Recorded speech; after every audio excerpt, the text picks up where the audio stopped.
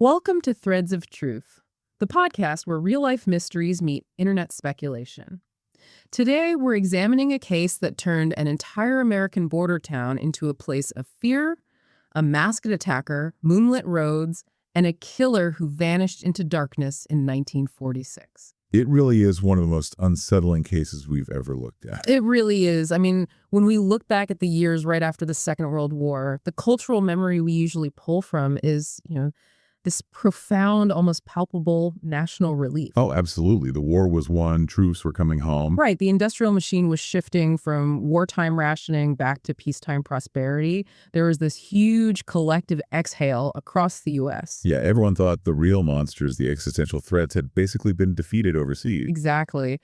And then right in the middle of this triumphant return to normalcy, in this really quiet community straddling the Texas and Arkansas border, a completely different kind of monster just steps out of the woods. It's a massive whiplash. It is, and I find it endlessly fascinating because it exposes how fragile that post-war peace actually was. Well, and that fragility is, it's central to understanding the panic that ended up consuming Texarkana.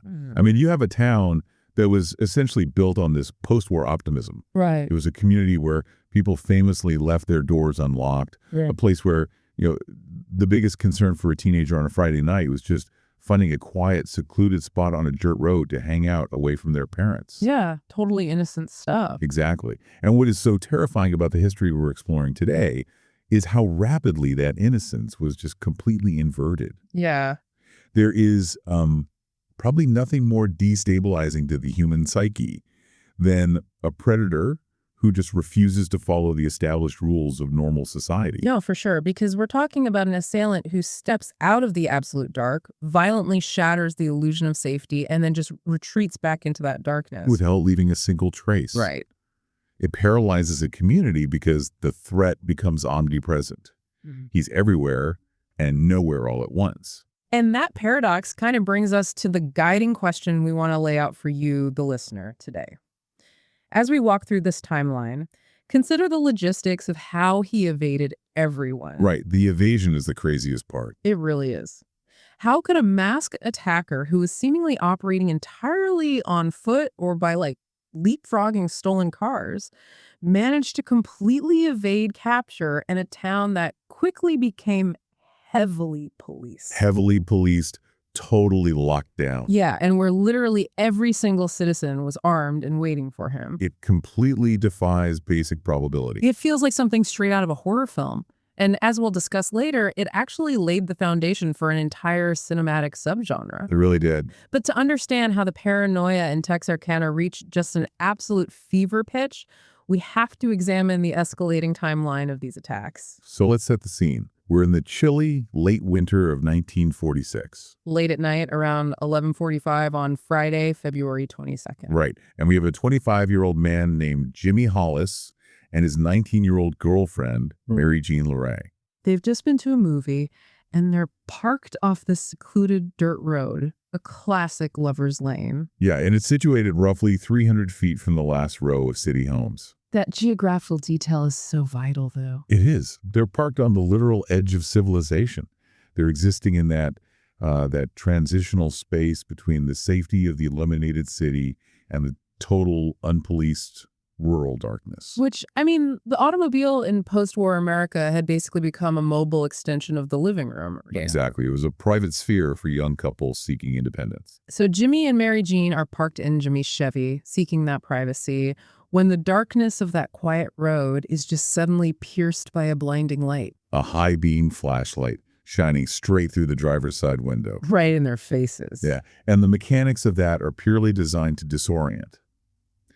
Because of that intense beam, Jimmy and Mary Jean cannot see the man holding the light. But they can see he's wearing a mask. Right, a white cloth mask. It looks like a pillowcase with these crude, ragged holes cut out for the eyes and mouth. So unsettling. And this figure approaches the vehicle and tells Jimmy, I don't want to kill you, fellows, so do what I say. The psychological terror of that specific moment, just sitting trapped in a car in the pitch dark, blinded, hearing a threat from a faceless white mask. It's profound. The attacker immediately establishes total dominance. He orders them both out of the car at gunpoint and then gives Jimmy this deeply bizarre, humiliating directive. He tells him to take off his pants. Yeah. He says, take off your goddamn britches. Which is just, wow. Jimmy complies, obviously, probably operating under the assumption that this is just a really strange robbery. Right. You'd think he just wants his wallet. But the attacker immediately unleashes this explosive level of physical brutality.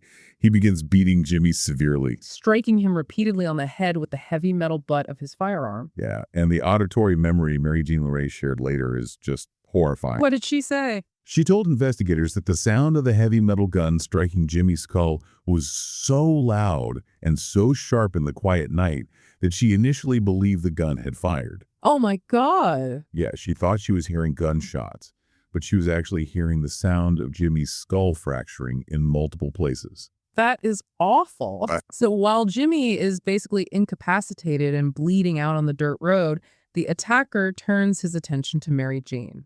And she's frantic, obviously. She's trying to de-escalate. She's showing the man Jimmy's wallet to prove they have no money. But he ignores the wallet. Completely ignores it.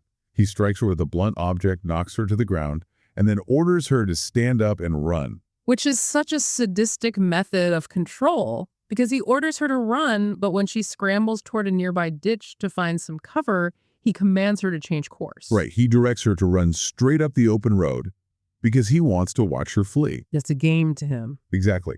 He then chases her down, catches her, and asks her why she's running. Even though he literally just told her to? Right. And when she logically points that out, he calls her a liar, knocks her down again, and sexually assaults her with the barrel of his pistol. It is entirely about degradation. He is not seeking financial gain here at all. He is extracting terror. But then suddenly the attack is interrupted. Right. The headlights. Yeah, the headlights of another car appear in the distance, sweeping across the rural road. The attacker spots the light, panics, and flees into the woods. And Mary Jean somehow manages to get up, runs a half-mile on foot to a nearby house, wakes the residents, and calls the police. Which is incredible survival instinct. And Jimmy, despite suffering massive skull fractures, he actually regains consciousness and flags down a passing motorist. So they both survive this ordeal. They do. But the initial police response to their survival, it really reveals a massive blind spot in mid-century law enforcement. Oh, absolutely. The arrival of Bowie County Sheriff Bill Presley and his deputies exposes the inherent biases of the 1940s criminal justice mindset. Because the police are presented with two severely traumatized victims who offer slightly conflicting descriptions of their assailant. Right. Jimmy, who admits he was blinded by the flashlight beam, believes the man was a tan white male, maybe around 30 years old. But Mary Jean is adamant that she could see through the crude eye holes of the mask, and she describes the attacker as a light-skinned African American. Though both of them do agree the man was about 6 feet tall. Right. But looking at this from an analytical perspective, it seems the police were just trapped by their own 1940s morality. Yeah, instead of processing the fractured skull and the sexual assault as the work of a random predator roaming the dirt roads, law enforcement essentially decides they just don't believe the victim's narrative. They repeatedly challenge Mary Jean's account. Which is wild. Their working theory rapidly becomes that Jimmy and Mary Jean actually knew who attacked them and were covering for him. Yeah, they hypothesized it was a jealous ex-boyfriend or a lover's quarrel that escalated. Did that moralistic blind spot, like this assumption that teenagers in lovers' lanes were inherently inviting trouble, do you think that ultimately cost lives by delaying the hunt for a serial offender? Oh, it absolutely delayed the investigation. And it stems from a psychological defense mechanism that's really common in tight-knit communities. Oh, so? Well, for the local authorities to formally admit that a random sadistic predator was stalking the county's back roads, that meant admitting their town was fundamentally unsafe. Right, it ruins the illusion. Exactly. It's much easier and psychologically safer for the broader community to categorize a violent crime as a localized personal dispute. If the victims knew the attacker, the average citizen isn't in danger. Yeah, that makes a twisted sort of sense. Plus, the environment of the Lover's Lane carried a huge stigma back then. Definitely. Young unmarried couples seeking privacy were viewed with deep moral suspicion by the conservative authorities of the era. The underlying assumption was that engaging in youthful transgression just invited danger.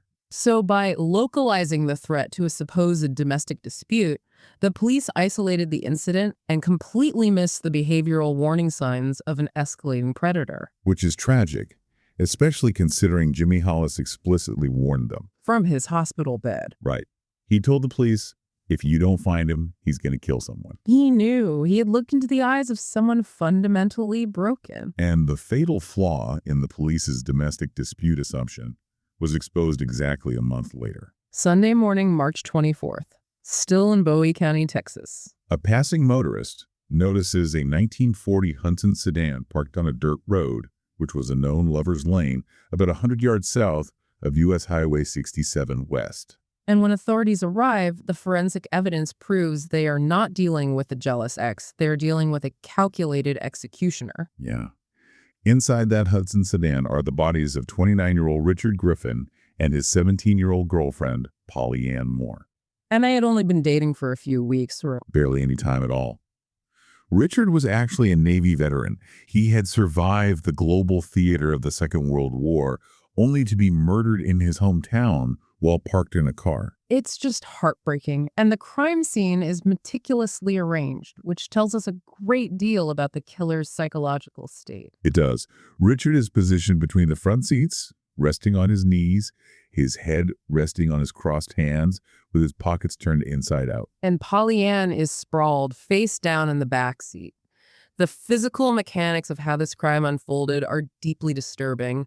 Both victims are fully clothed, but investigators find a blood-soaked patch of earth near the vehicle. Which indicates that Richard and Polly Ann were ordered out of the car, completely mirroring the initial attack on Jimmy and Mary Jean. Right. The evidence suggests they were killed outside the vehicle, possibly while lying on a blanket. And they find a .32 caliber cartridge casing bearing marks that suggest it had been ejected from a pistol wrapped in fabric, to muffle the gunshot. So premeditated. Very. After executing them with single shots to the back of the head, using that .32 caliber Colt revolver, the killer then performs this incredibly labor-intensive act. He physically lifts their dead bodies and deliberately places them back inside the car. Which, think about the physical exertion required to lift dead weight into the confined space of a 1940s sedan. It's significant. Yeah. Taking the time to do this, to arrange the scene rather than simply fleeing after the gunshots, it demonstrates a chilling level of cold, calculated control. He is not in a blind panic. He's operating with a clear, methodical purpose. Yeah. And there is a specific behavioral signature that inextricably links this scene back to the February attack. The pantas. Right. When Richard Griffin's body is discovered, his trousers are down around his ankles.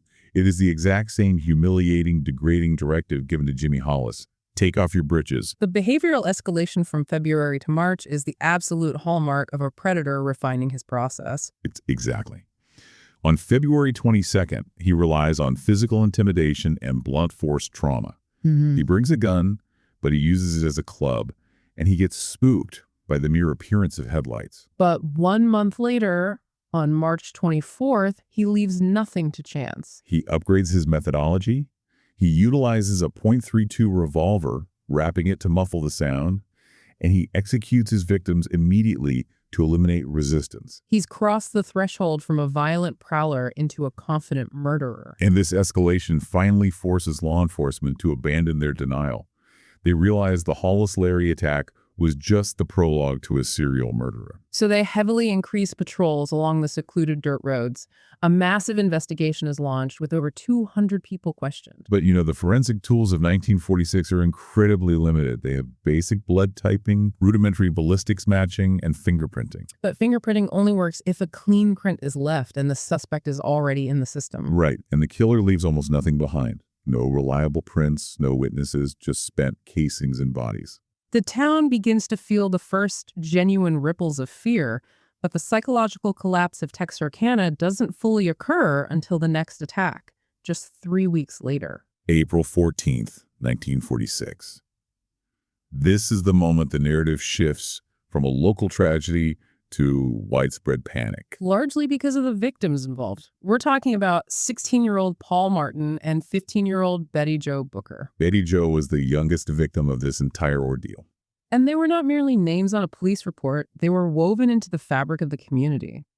they were childhood friends. Betty Jo was a popular high school junior, a former Little Miss Texarkana, and she played the saxophone in a local band called Jerry Atkins and the Rhythmaires. And Paul was just a well-liked kid who had driven out to pick her up after her band finished a late-night performance at the local VFW club. It really represents the absolute destruction of mid-century American innocence. They leave the club around 1:30 in the morning and decide to drive out to Spring Lake Park. And 5 hours later, at approximately 6:30 in the morning, Paul's body is discovered lying near the northern edge of North Park Road. He's been shot 4 times with the exact same weapon, Oh, a .32 caliber Colt pistol. the wounds indicate a desperate struggle, right? Yeah, he was shot through the nose, the ribs, the right hand, and the back of the neck. Paul did not submit quietly. But the discovery of Paul is only the beginning of the logistical nightmare facing the police. Because Paul's body is found, but Betty Jo and Paul's vehicle are entirely missing. So a massive search party mobilizes. And it takes until roughly 11:30 that morning to finally locate Betty Jo's body. She is discovered nearly 2 miles away from where Paul was killed. The geographical spread of this crime scene requires us to really pause and analyze the logistics here. Yeah, how does one offender control 2 teenagers, execute one, transport the other across miles of unpaved, rutted logging roads in the dead of night, and then abandon the vehicle a mile and a half away from the second body? It's baffling. The spatial mechanics of the crime suggest a killer who is deeply comfortable maneuvering through rural, pitch-black terrain. He's likely driving with the headlights off or dimmed to avoid detection. And Betty Jo is found lying on her back behind a tree, fully clothed, with her right hand posed in the pocket of her buttoned overcoat. She had been shot twice, once in the chest and once in the face. And physical evidence indicates sexual abuse. Adding to the horror, her beloved saxophone is missing from the scene. Yeah, it would remain lost for 6 months before being discovered hidden in the dense underbrush near the site of her murder. The grief in the community instantly curdled into sheer panic. I mean, the local high school ended classes early, so hundreds of students could attend Paul and Betty Jo's funerals. And the press realized they were documenting something entirely unprecedented. Calvin Sutton, the managing editor of the Texarkana Gazette, recognized that the killer was eluding the massive police dragnet like an apparition. So he coined the moniker the Phantom, or the Phantom Killer. Which, naming a serial offender, is a tremendously powerful psychological catalyst. How so? Well, when the media brands the darkness with a name like the Phantom, they elevate a flesh-and-blood criminal to the status of a mythological entity. Right. He ceases to be a man and becomes this unstoppable bogeyman. And the killer's subsequent action cemented that mythology permanently. Because just as the community is absorbing this new, terrifying moniker, the Phantom drastically alters his entire modus operandi. The shift that occurs on Friday, May 3rd, is the pivot point where the predator realizes the prey has adapted, so he must adapt too. The police are swarming the lovers' lanes. The woods are heavily occupied by patrols. So what does he do? He bypasses the public spaces entirely. Sometime before 9 p.m. on the Arkansas side in Miller County, 37-year-old Virgil Starks is sitting in his armchair in his farmhouse. Located on a 500-acre property just off Highway 67 East. His wife, Katie, is in the bedroom. Virgil is reading the newspaper, listening to the radio. The window shade behind his chair is only partially drawn. It's the ultimate picture of domestic safety. Right. Up to this point, the Phantom has operated exclusively in transitional outdoor spaces where people are inherently vulnerable. But now, he mounts an assault on the home itself. It's a tactical shift from rural guerrilla warfare to an urban domestic strike. He stands in the dark yard, looks through the partially open window shade, raises a weapon, and fires twice, striking Virgil Starks in the back of the head. Virgil's killed almost instantly. Katie hears the breaking glass, runs into the living room, and sees her husband slumped forward. Realizing they're under attack, she sprints to the wall-mounted crank telephone to call the operator. And as she's frantically ringing for help, the killer, still standing outside that same window, fires again. He shoots Katie twice in the face. God. She collapses, blinded by her own blood and the trauma of the impact. But her will to survive is just staggering. It really is. She realizes she's trapped in a house with a killer who's now attempting to breach the back porch. So, barefoot, bleeding profusely, She manages to flee out the front door, scramble across the highway, and reach a neighbor's home to gasp out a warning before collapsing. And the timeline of the police response here is agonizingly close. Arkansas State Police troopers Max Tackett and Charlie Boyd were actively patrolling that exact stretch of highway. They had driven past the Starks farm just moments prior to the shooting. So when the call comes over the radio, they arrive almost instantly. They miss apprehending the Phantom by mere minutes. A man steps out of the dark, murders a citizen in his living room, shoots a woman in the face, and melts back into the night while state troopers are actively driving down the road. When the news of the Starks murder circulates, Texarkana undergoes a complete psychological collapse. The threat is no longer confined to teenagers parked in the woods. The monster is shooting adults through the windows of their own homes. The reaction is visceral and immediate. The following morning, every hardware store in the city sells out of locks, deadbolts, window sash locks, and screen door hooks.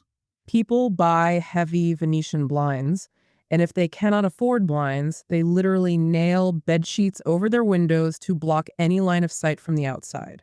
The city implements curfews. The theaters stop screening midnight movies. The entire rhythm of the border town grinds to a halt the moment the sun goes down, earning it the grim title, the town that dreaded sundown. And you have to remember, the logistical nightmare facing law enforcement cannot be overstated. You have a multi-jurisdictional effort that functions much like a corporate merger where neither side wants to share their accounting books. Right, because the geography of Texarkana, a city bisected by a state line, creates profound communication breakdowns. You have the Texarkana, Texas Police, the Texarkana, Arkansas Police, Bowie County Sheriffs, Miller County Sheriffs, the Arkansas State Police, the Texas Department of Public Safety, the FBI, and the Texas Rangers. And they bring in Captain Manuel Lone Wolf Gonzalez of the Texas Rangers. A man famous for his showmanship, arriving in custom boots and a white Stetson, carrying twin pearl-handled revolvers. Gonzalez becomes the media face of the investigation, holding press conferences and projecting authority. But behind all that bravado, the unified police effort is struggling. They establish massive roadblocks on the highways, deploying 47 officers round the clock. They bring in mobile radio stations. But because the killer is exploiting the state line, potentially stealing a car in Arkansas, committing a murder in Texas, and abandoning the car back in Arkansas, he is moving faster than the fragmented bureaucracy can communicate. And this failure of the state to protect the citizens breeds a really dangerous level of vigilantism. Right. When institutional protection fails, paranoia dictates that citizens must protect themselves. The town arms itself to the teeth. Local deputies reported checking on parked cars only to find teenage girls aiming .25 caliber pistols directly at the officers' chests. That's insane. And in one highly documented incident, city police driving an unmarked vehicle noticed a car suspiciously trailing a public bus. So they engaged in a high-speed 3-mile pursuit, eventually shooting out the vehicle's tires. And when they extracted the driver, they discovered it was a local high school athlete named C.J. Lauderdale. He had been tailing the bus because he thought a passenger looked suspicious, and he had no idea the men shooting at him were police officers because their car was unmarked. He could have easily been killed, or he could have returned fire, believing the police were the Phantom. That incident perfectly illustrates how mass fear completely distorts a community's perception of reality. With the police flooded by hundreds of false leads and the population operating on hair-trigger paranoia, truth becomes indistinguishable from rumor. And because the Phantom was never officially captured, it's led decades of amateur sleuths, criminologists, and internet researchers to debate exactly what happened in the spring of 1946. Which means we need to break down the major theories that dominate the historical analysis of this case. The first is the foundational premise, the single serial offender theory. Right. The single serial offender theory argues that one man committed all 5 murders and the initial assault. And the primary evidence supporting this is behavioral clustering, right? Yes. The timeline reveals a highly consistent cooling-off period. The attacks occur on weekends, late at night, with roughly 3 to 4 weeks between each event. February 22nd, March 24th, April 14th, May 3rd. Exactly. This implies an offender operating on a specific psychological compulsion. The compulsion builds, is released through extreme violence, and then requires a gestation period before the cycle repeats. Geographically, he targets the rural outskirts of the Twin Cities. Victimologically, he targets couples, utilizes a blinding light, demands physical compliance, displays a sexual motive, and heavily favors the .32 caliber Colt pistol. But consider the alternative, because the Starks murder presents a glaring anomaly in that behavioral pattern, which leads us directly to Theory 2, the copycat attacker. Right. Up until May 3rd, the Phantom is a lover's lane stalker. He gets up close, interacts with his victims, and uses a .32 caliber handgun. But the Starks murder is a complete deviation. Virgil and Katie are a married couple in their late 30s. They are inside their private residence. The killer doesn't interact with them at all.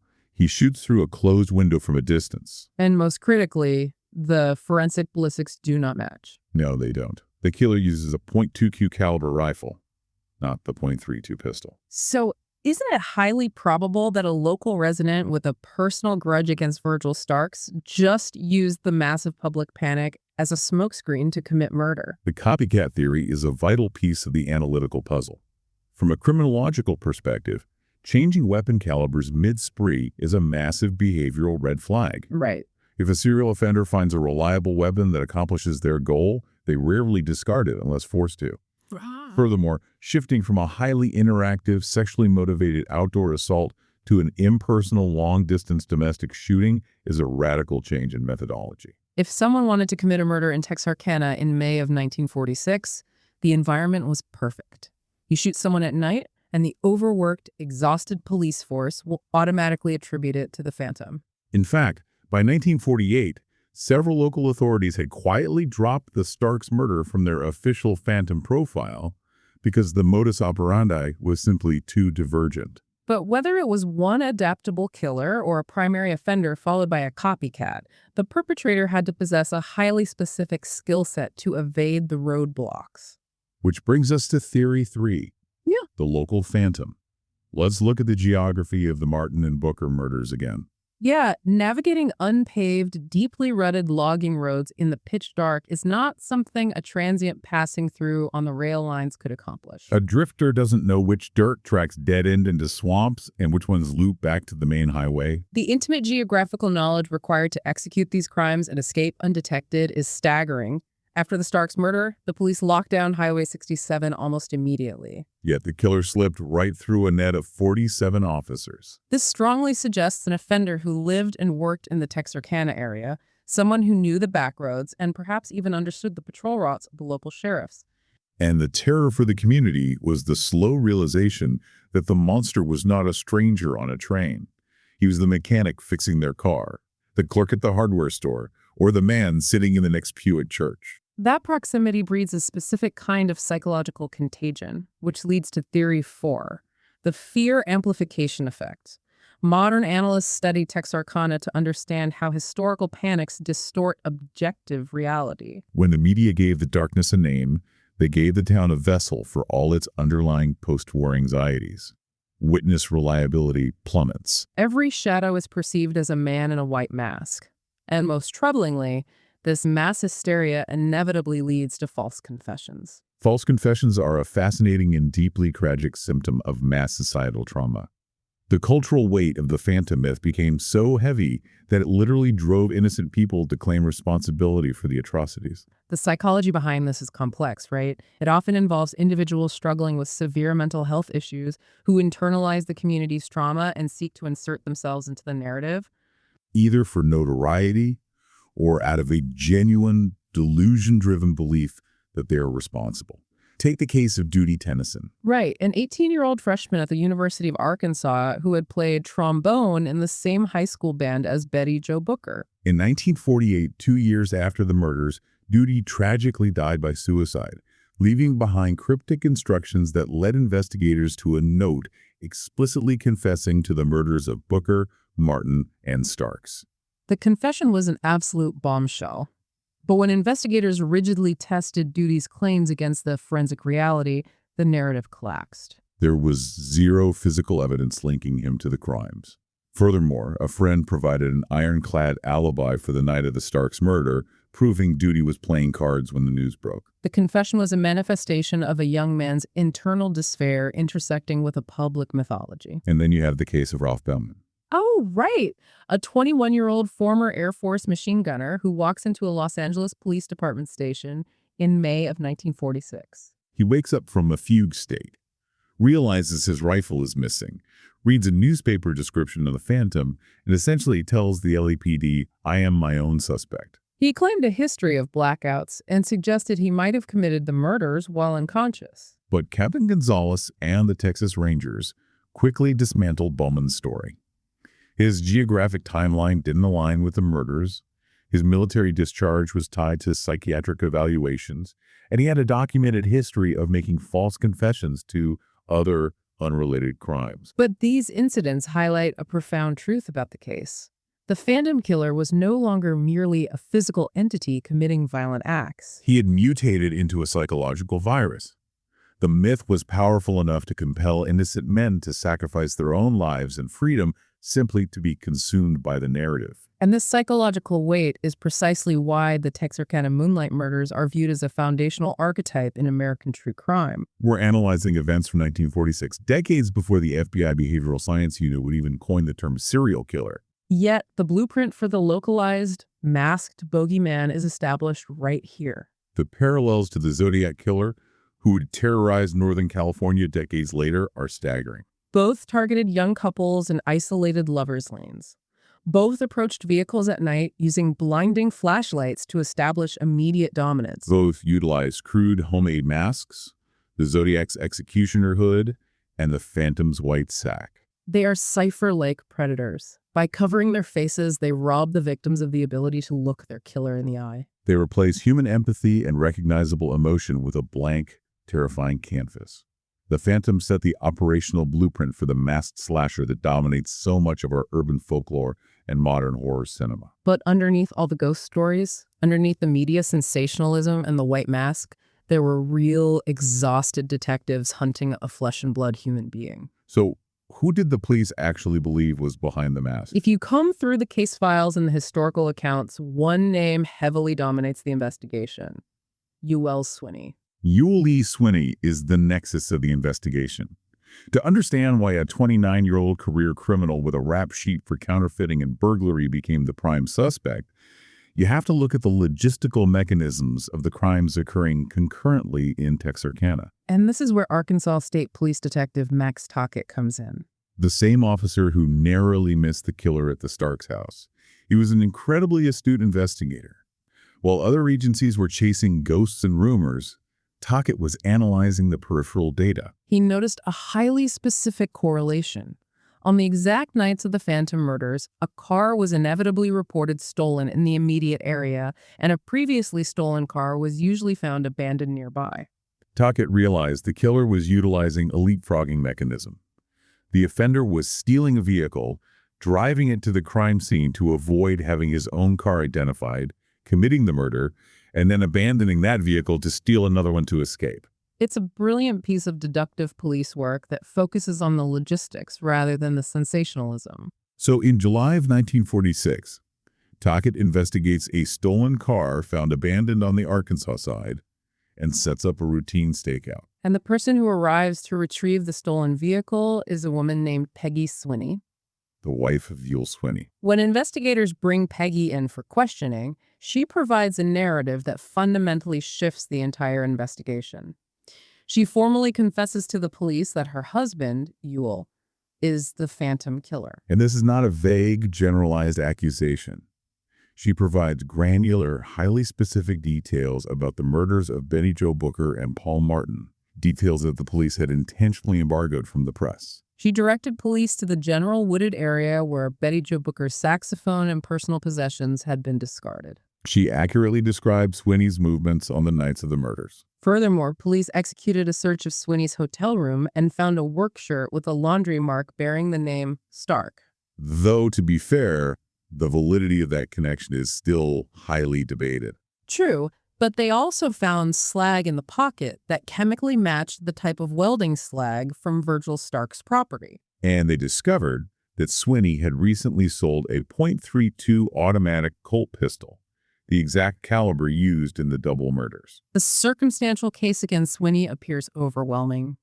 You have a wife's detailed confession possessing insider knowledge, a vehicle theft pattern perfectly aligning with the murder timeline, physical trace evidence placing him near the Starks' home, and a documented transaction involving the murder weapon's caliber. However, the prosecution hit an insurmountable legal wall. Peggy Swinney was deemed a highly unreliable witness. She repeatedly altered the details of her narrative across multiple police interviews.